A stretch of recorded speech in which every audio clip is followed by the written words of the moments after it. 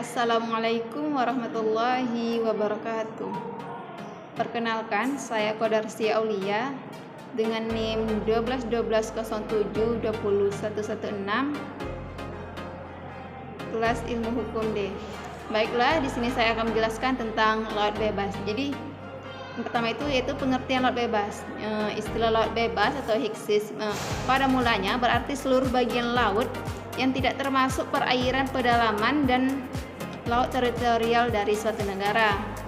Di Konferensi Kodifikasi Den Haag 1930, atas prakarsa Liga Bangsa-Bangsa disetujui mempertimbangkan laut teritorial sebagai bagian dari wilayah negara pantai dan perairan di luarnya adalah laut bebas. Tetapi konferensi ini mengalami kegagalan dalam menentukan lebar laut teritorial. Kemudian konsepsi laut bebas ini jelas terlihat di dalam pasal 2 dari Konvensi Genewa 1958 tentang laut bebas, yang menyatakan bahwa laut bebas ini adalah terbuka untuk semua bangsa, yang menyatakan terbuka untuk semua bangsa, tidak ada suatu negara pun secara sah dapat melakukan pemasukan bagian dari laut bebas ke daerah kedaulatannya. Jadi, laut bebas ini dimaksudkan untuk kepentingan perdamaian dan tidak suatu negara pun yang dapat melakukan klaim kedaulatannya atas bagian laut bebas.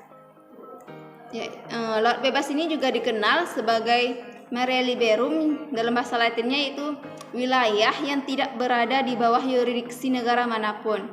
Konvensi Hukum Laut tahun 1982 ini mengakui laut lepas sebagai wilayah yang terbuka bagi semua negara, baik yang berpantai maupun tidak berpantai, untuk melakukan berbagai kegiatan seperti menangkap ikan, pemasangan kabel dan pipa, pembangunan pulau-pulau buatan, dan melakukan riset ilmiah.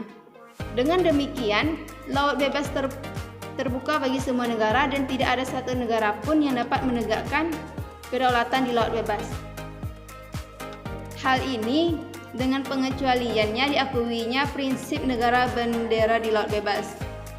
Di laut bebas, kapal yang mengibarkan bendera suatu negara dapat dianggap sebagai kepanjangan wilayah daratan negara tersebut, dan konsekuensinya terhadap kapal tersebut di laut bebas yurisdiksi negara. Selanjutnya itu adalah cakupan laut bebas. Jadi, yang dimaksud cakupan laut bebas itu apa sih?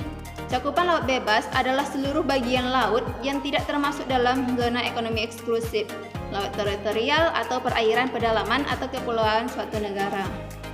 Perjanjian ini terbuka untuk semua negara bagian, dan negara bagian mempunyai kebebasan termasuk kebebasan navigasi, kebebasan penerbangan, dan kebebasan memasang kabel bawah laut. Adapun cakupan laut bebas meliputi beberapa aspek. Yang pertama itu adalah lokasi geografis. Laut bebas semua wilayah laut yang berada di luar batas zona ekonomi eksklusif suatu negara. ZII sendiri membentang sejauh 200 mil laut dari garis dasar pantai suatu negara. Laut bebas juga tidak termasuk laut teritorial yang umumnya mencapai 12 mil laut dari garis dasar, dan perairan kepulauan atau perairan internal suatu negara. Selainnya dasar laut dan tanah di bawahnya, termasuk landas kontinen di luar batas yurisdiksi nasional yang dikenal sebagai area. Area ini mencakup dasar laut dan tanah di bawahnya di laut bebas. Yang kedua itu keanekaragaman hayati, yaitu laut bebas adalah habitat bagi berbagai spesies laut yang belum banyak dieksplorasi, termasuk ikan, mamalia laut, burung, dan yang lainnya. Keanekaragaman hayati di laut bebas sangat tinggi dan memainkan peran penting dalam keseimbangan ekosistem global. Selanjutnya ada sumber daya alam. Sumber daya alam ini terbagi kepada dua, sumber daya hayati dan non-hayati. Sumber daya hayati termasuk populasi ikan dan organisme laut lainnya yang sering dieksploitasi untuk keperluan komersial. Sumber daya non-hayati yaitu meliputi mineral dan sumber energi yang ada di dasar laut dan di tanah bawahnya. Selanjutnya ada aktivitas manusia. Yang pertama itu ada perikanan, penangkapan ikan dan biota laut lainnya merupakan salah satu aktivitas utama di laut bebas.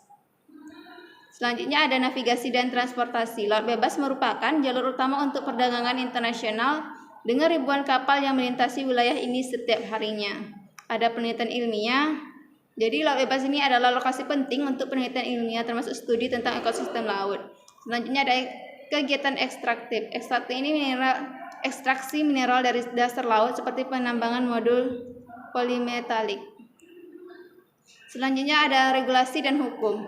Yang pertama itu ada Konvensi Perserikatan Bangsa-Bangsa tentang Hukum Laut UNCLOS, menyediakan kerangka hukum internasional untuk pengelolaan laut bebas. Selanjutnya ada organisasi internasional, yaitu badan-badan seperti International Maritime Organization dan Regional Fishery Management Organization.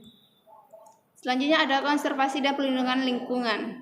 Upaya untuk melindungi keanekaragaman hayati dan ekosistem laut bebas mencakup pembentukan kawasan konservasi laut dan penerapan praktik-praktik berkelanjutan dalam perikanan. Dan yang terakhir ini adalah hak dan kewajiban di laut bebas. Hak dan kewajiban di negara laut bebas ini, di laut bebas atau freedom of seas, yaitu pertama kebebasan berlayar, yang kedua kebebasan penerbangan, yang ketiga kebebasan penangkapan ikan, yang keempat kebebasan melakukan penelitian ilmiah ke lautan, yang kelima kebebasan memasang pipa-pipa dan kabel-kabel di bawah laut.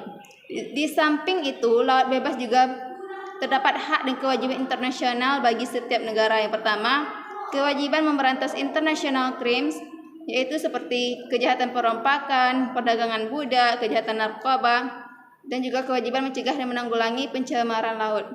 Yang kedua ada kewajiban memberikan pertolongan di laut. Yang ketiga ada kewajiban mengawasi kapal-kapal yang mengibarkan bendera kebangsaan, yaitu pengawasan di bidang teknis, administrasi, dan sosial. Yang keempat ada kewajiban memberantas siaran gelap. Yang kelima itu hak untuk melakukan hot pursuit terhadap kapal yang diduga telah melakukan pelanggaran hukum di wilayahnya.